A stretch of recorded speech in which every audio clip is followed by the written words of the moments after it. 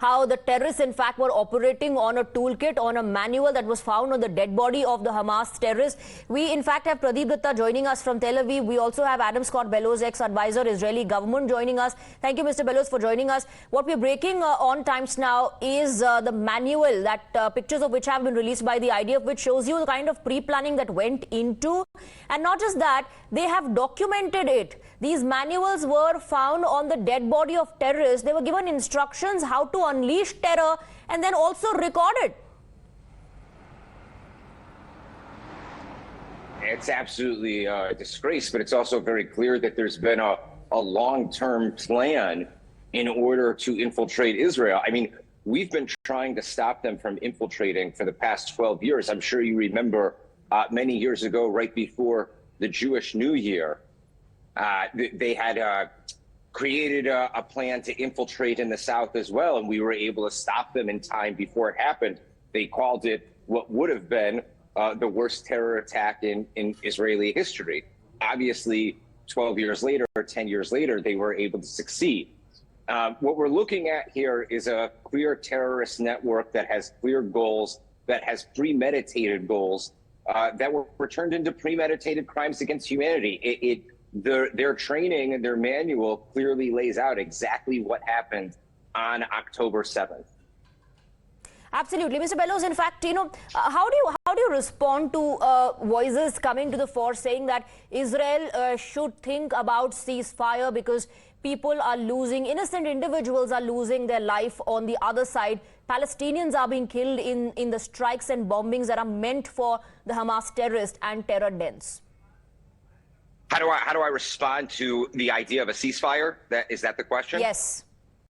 I think the only people that are bringing up the idea of a ceasefire are against the Jewish state's existence in the first place, after we found 40 babies with their head decapitated and the rest of the atrocities of October 7th.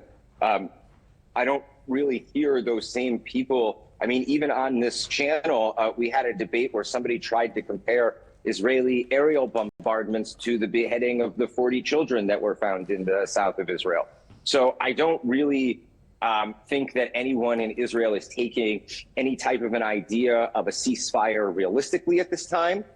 I don't think that the Israeli people, and I'll include myself in that, and every other human being I've interacted with in the last 2 weeks, would like to see a ceasefire.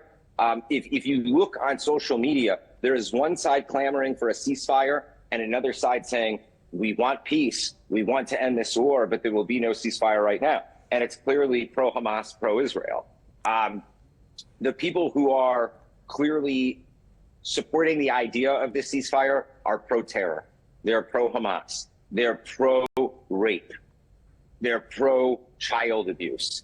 It is absolutely absurd for anyone on the Israeli side to consider a ceasefire at this time. There's no point to it. The only reason why somebody would want a ceasefire is because one side is losing this war in which they started, and that is Hamas. Mr. Bellows, I'd like to also know your views on the disinformation war that you're talking about on social media in your posts. But before that, we have a confession.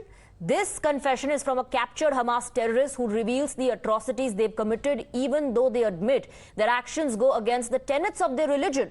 All of what this terrorist describes on camera was part of a murder and massacre blueprint to unleash terror on Israel. Let's listen. أنا في الفصيل دور كعسكري مهندس تخصص في الفصيل الهندسة. حكينا في مجال المناورة اللي كانت. صحيح. ماشي. احكي له عن المناورة. المناورة كانت هذه لازم كل الكتائب لازم تكون تاخذها كل الفصائل. كانت نظام المجبات انه تقتحم كيبوتسات. فطلعنا في الجبات وضلنا نازلين. كانت في بوابات مفتوحة، يعني ناس مختصة من قبل تيجي الجبات هذه يكون مفتوحة ليش؟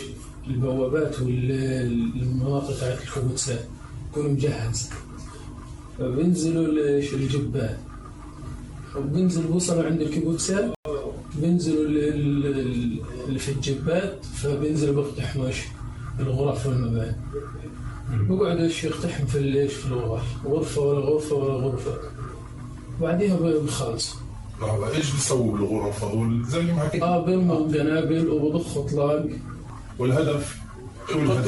قتل مين؟ قتل جميع من في الغرف وفي المباني. يعني نساء، اطفال، كله في المباني. اوكي. وحكيت لي انه كان واحد سأل شان هناك بالمناورة كيف بدنا نرجع، صح؟ صحيح. وشو قالوا له؟ قالوا انت بتفكر حالك حترجع؟ يعني حتروح مش حترجع. انت جاي عشان تروح وما ترجعش. في المساجد بيختلف عن ليش عن العسكر. المساجد بيقولوا في قصة القتل والهذا بيختلف عن العسكر. العسكر بيقول اقتل واذبح في مكان، يعني النساء والاطفال وهذا واذبح. اما في المساجد في الدين بيقول انه ما ينفعش انه يجوز انه تذبح المرأة ولا الولد الصغير ولا الاختيار ولا تمثل فيهم. وفي في العسكر بتلاقي القائد بيقول بدكم تحصوا على رؤوسهم، بدكم تقطعوا رؤوسهم، بدكم كل شيء بدكم تعملوا فيهم. بشكل عام وهذا حسب الدين ولا مش فاهم؟ هذا حسب الدين؟ حسب العسكر هذا. اوكي. الشيخ تبعكم اعطاكم فتوى تقدروا تقتلوا وتعملوا كل الكلام ده؟ قائد الكتيبة قال اقتل ودعس على رؤوسهم وبدنا نقطع. Mr. Bellos, so in this confession, it is absolutely clear that these terrorists were given directions to carry out this massacre, to kill women and children. You know, talking about the disinformation war and the videos that are being now put out by Hamas of the release of hostages, do you think that is being done to whitewash its crime? We also saw a video that was put out of them giving treatment to one of the captives a couple of days back. How are you looking at this? You're asking me if the disinformation campaign is whitewashing Hamas's crimes. Did I get that correct? Yes. Yes. I apologize. Our connection is just a little spotty, so I apologize for repeating the question. I'm sorry, that was just a little much to listen to. I've seen the video before, but after the release of all of the information that we got yesterday, my apologies. Sorry, that just got to me a little bit.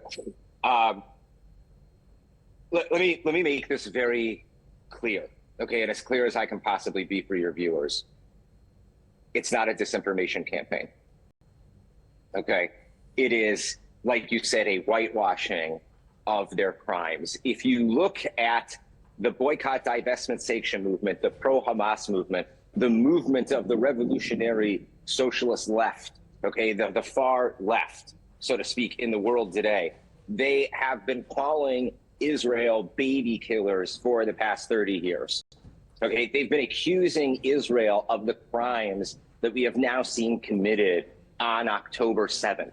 So if you look at the things that people are saying in the streets and you look at the different defenses of Hamas, okay, it is clearly plain denial of the reality given the exact information that you have just showcased, that the IDF has just showcased, that the international press has just showcased. Okay, this is beyond whitewashing. It is an intentional whitewashing. It is an intentional manipulation of the facts. It is no different than Holocaust denial. But the worst thing is that it didn't happen 70, 80 years ago. It happened 2 weeks ago. So I think whitewashing is a little how would you say, short for the term. It doesn't even appear or have the ability to explain the veracity of these lies against humanity, if you really think about it, because that's what these are. Absolutely. That's what the defense of Hamas is. They're lies against humanity. I mean, look at the things that we know that we found just on terrorists' dead bodies. That means that these crimes were premeditated crimes against humanity. I hope I answered your question. Absolutely, absolutely. It only goes on to show, you know, the kind of sick minds they have to actually plan it all and document it, and to hand out these manuals to their operatives on ground. Mr. Bellos, you don't have to apologize for getting emotional, because anybody in your position in situation like that and having gone through all of that is bound to be emotional, cannot not be affected by all of this. Thank you very much for giving us your time.